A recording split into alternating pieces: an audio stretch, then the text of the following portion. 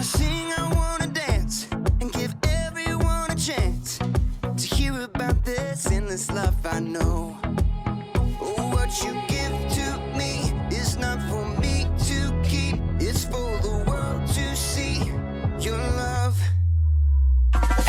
Every day you're giving me your kindness, every day you're giving me your love. Oh, with every single breath I am reminded that what you give is more than enough. So I'll give a little kindness, give a little kindness, give a little love away. Give a little kindness, give a little kindness, give a little love away.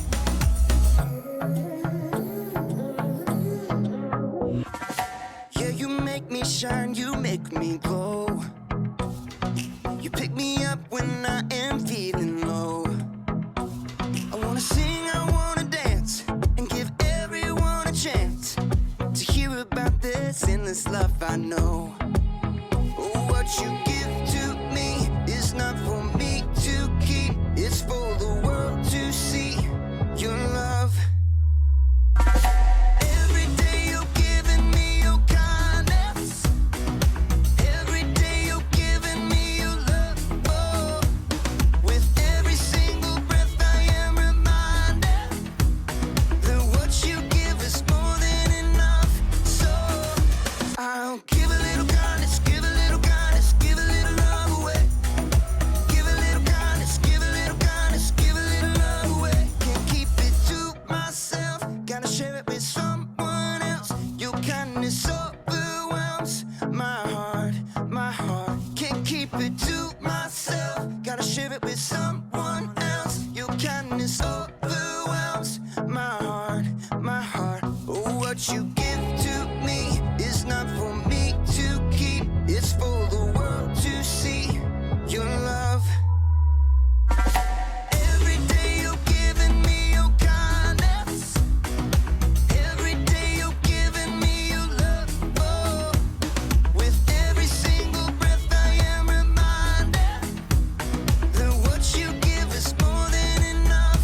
So I'll give a little kindness, give a little kindness, give a little love away. Give a little kindness, give a little kindness, give a little love away. Give a little kindness, give a little kindness, give a little love away. Give a little kindness, give a little kindness, give a little love away. Welcome to Story Lab. This week, we're talking about respect, while we take a look at the story of someone who needed help in a big way.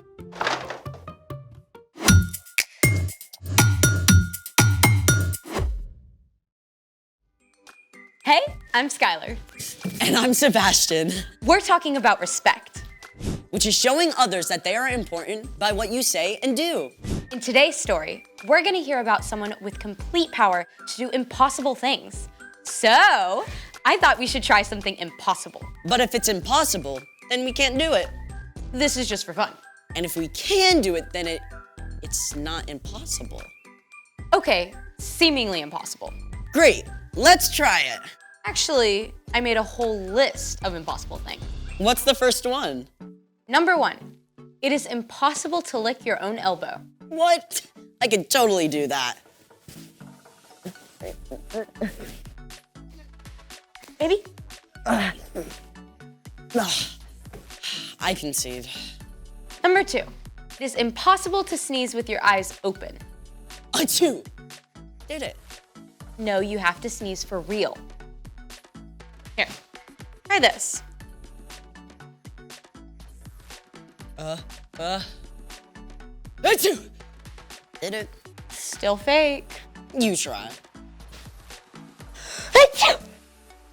Eyes closed. I need a tissue.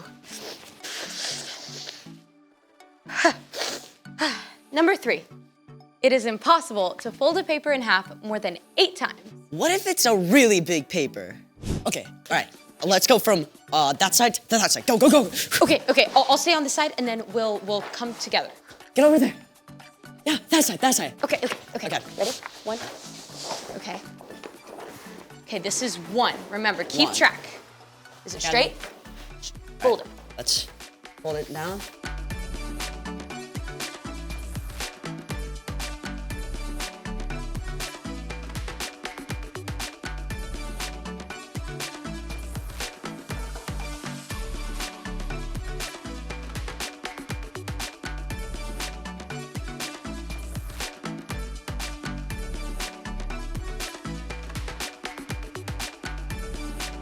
We got 5. We got 5. Okay. I think we can get 8. I think so. Yeah. Okay. Maybe. 6. Okay. Karate chop it. Oh. Yeah. Hey, 7. 7. Okay, okay, you got it. Okay. Okay. 7. I really thought we were gonna get 8. Yeah. Number 4. Wait! I got one. Number 4. It's impossible to eat just one potato chip.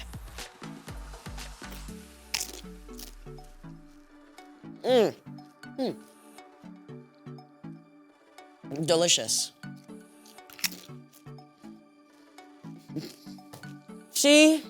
Just because you have 0 self-control doesn't mean it's impossible. I can totally eat just one chip.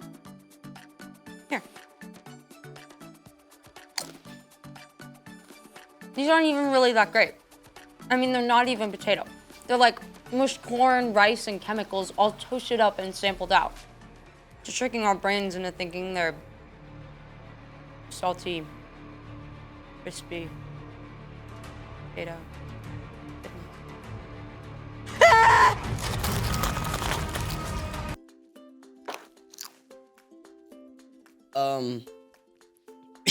Is that all? I got one more. What is it? You know how people say you're walking on eggshells around somebody? Yeah? Walking on eggshells is a phrase that means to be very careful not to upset someone. You think it's possible to walk on eggshells without cracking them? Look how thin that is. Definitely impossible. But you get to do it anyway. Wait, what? You get to walk on eggs.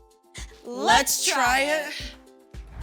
I don't know about this. Okay, stand here in front of the egg cartons. Now, what now? Just step up on them. Just walk? Well, carefully. Here goes an omelet. Got it. The curved arch of the eggshell distributes pressure evenly all over the egg rather than concentrating it on one point. That's why engineers even use arches in designing buildings and bridges. How do you feel? Sorta invincible. Just like this egg. That's exceptional. It's time for... The story before the story. Today, we're in Matthew, the first book in the New Testament. But before Matthew, in the very beginning, out of a deep, deep love, God made an amazing world. But when people turned away from God, the world was broken. God made a plan to draw people back into relationship. So at the right time, God sent a tiny baby to be born in the small town of Bethlehem, God's very own son, Jesus. When Jesus grew up, he began to travel from town to town, teaching and healing. And the town of Capernaum was like his home base. Everyone there knew about him. Not just the Jewish people, but the Romans too. Which is where our story starts. We're ready. Hey everyone, I'm Erica. Hey, Erica. Now, one of those Romans who knew about Jesus was a Roman centurion. This man was important. He commanded at least 100 soldiers who did exactly as ordered with no question. Forward! March! And halt! You there! Get me a fig and walnut sandwich at once! Yes, sir.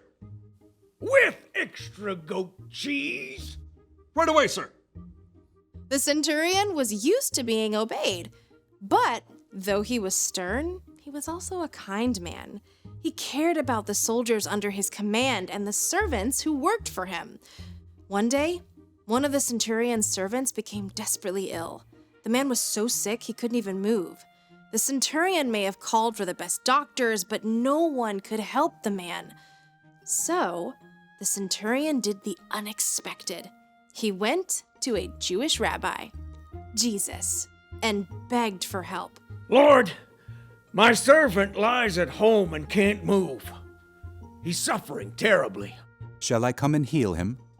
Now you have to understand, going to the home of a non-Jewish person would make Jesus unclean. It was completely against Jewish custom, but Jesus cared more about the sick man than what people might say. It turned out the centurion did not ask Jesus to come to his home. Instead, he said, Lord, I am not good enough to have you come into my house. But just say the word and my servant will be healed.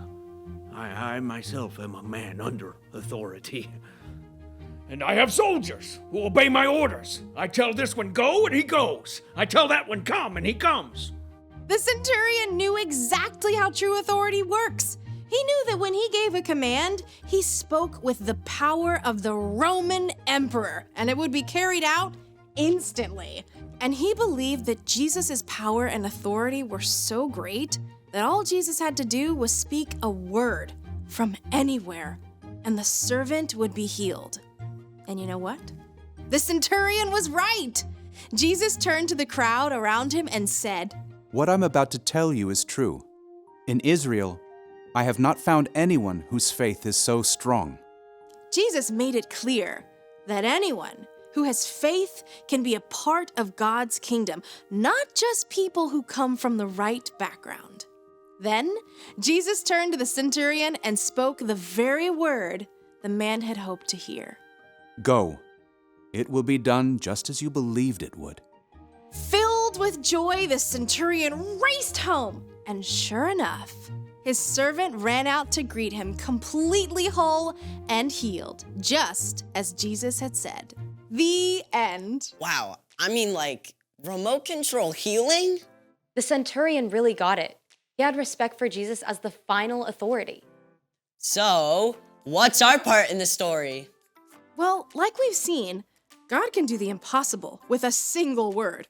God is all-powerful and all-loving. That means God deserves our ultimate respect. God is most important. Our lives are full of all kinds of things, good things, but our time and attention should go to God first. You can talk to God throughout the day. In the morning when you get up, Or when you're waiting for the bus or in the car, Or when you're at the lunch table or at dinner with your family. right before you're about to go to bed. No matter what you face, whether it's a friend who's sick or a tough math test, God is the one who can give you the strength and patience and peace you need to get through your day. when you make a habit of putting God first, you can do anything. I think you got it. I'll see y'all next time. Bye, Erica. So here's the thing. Remember, God is most important. Okay, I want to do the egg thing. Hey, don't you need to take off your shoes?